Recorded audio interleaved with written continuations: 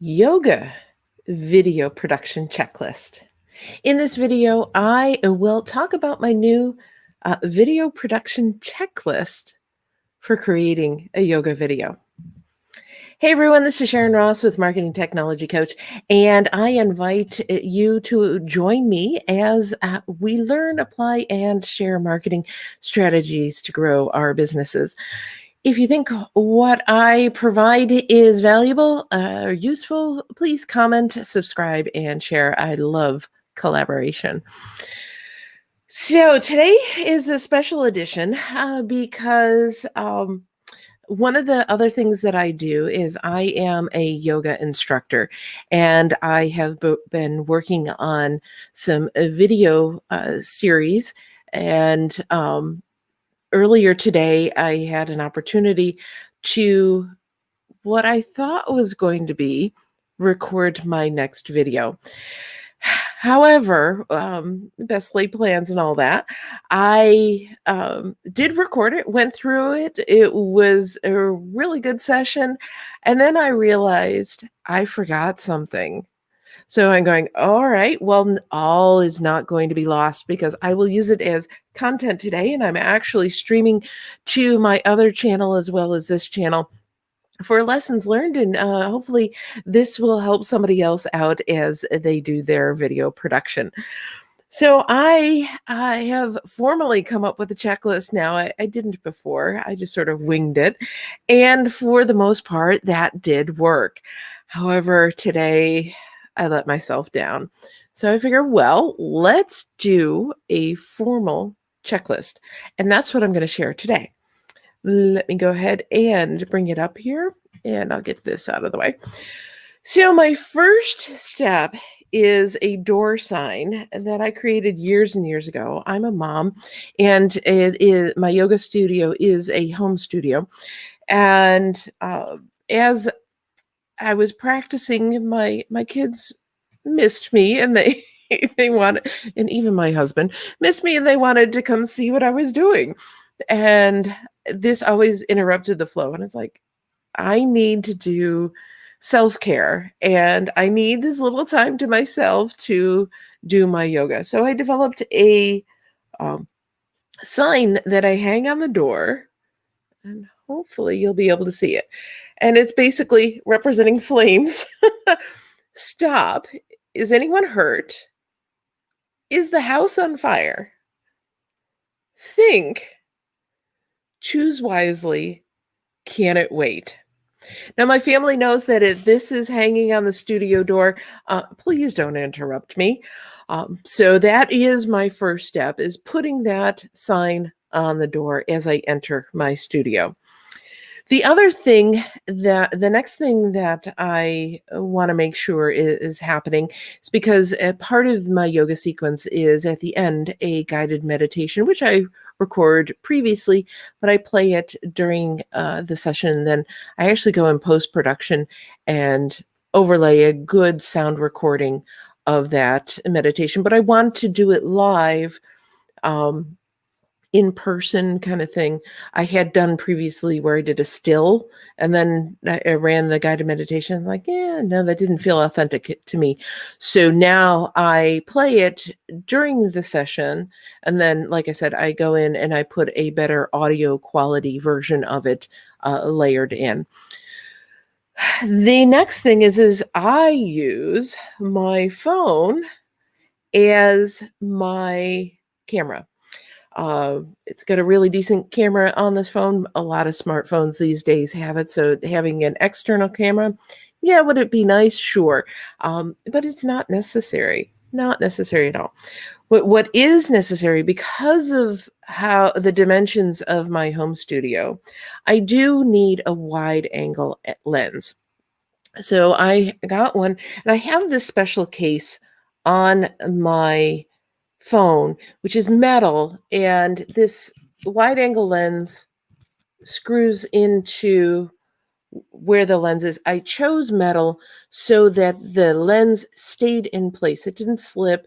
There are some other options out there where they click in and things like this. And this particular lens is made specifically to give the wide angle without that distortion at the end. So it keeps it more straight. Mine is an older phone, so I needed this, and I'm okay with it. It's still really good quality.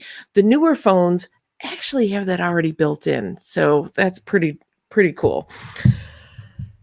The next one is making sure the lens cap is taken off. I don't have it on right now. As you can see, I remembered.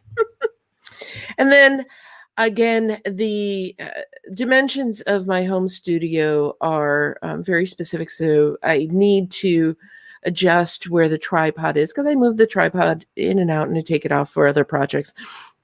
So every time I need to reset it. Would it be ideal to have one that just sat there and waited for it? Yes, but not necessary. It only takes a couple of minutes to make sure all the angles are correct. My next is my audio. So that was a lot of visual. Now my audio. I have a headset that is a portable one.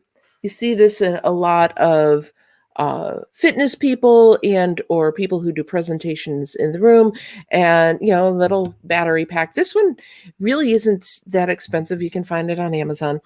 I liked this particular version because right at the top there you can see how charged the battery is. I've had versions of these in the past, less expensive ones, that didn't show it, and I ran out of battery in the middle of the recording, which was unfortunate. The other half to this is the receiver. So the receiver, I have it mounted. This goes on my tripod. This is where the camera goes. It's a pretty hefty brace here. And then because I am working with a metal case, which is heavier, and then I just put it right in there and I put that on top of my tripod. This is the receiver for the audio. So I need to make sure this is charged as well. This one, unfortunately, does not have that meter showing how charged it is. It does change colors when you turn it on. Let's see. There's a little light here that will change colors as it gets worn down. But making sure this is charged as well as this being charged. And then need to make sure that the receiver is plugged in to the phone in the audio jack. And this is where I stumbled. I forgot to turn this on. So I ultimately had no audio on my video. Now, and then the last step, of course, is press record and do whatever you're going to do. So like I said, let me get rid of this here. I forgot to make sure my receiver was turned on. So we went through the whole sequence without audio, including the end. Now, can I go in post-production and do a voiceover? Yes, I could do that. It would salvage the audio or salvage the video as a whole, but I am probably going to redo it. It was a great dress rehearsal.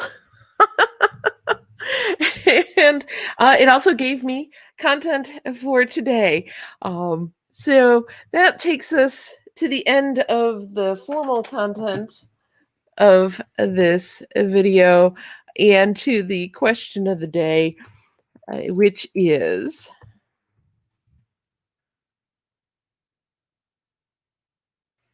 there we go. What are you working on today? Share in the comments below. Would love to share thoughts on things that work, things that didn't work, things that worked kind of, but you want to improve on. Please share in the comments.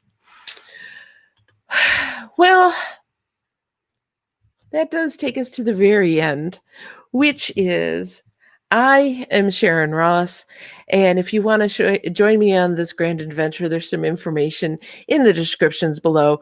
Would love to have you aboard.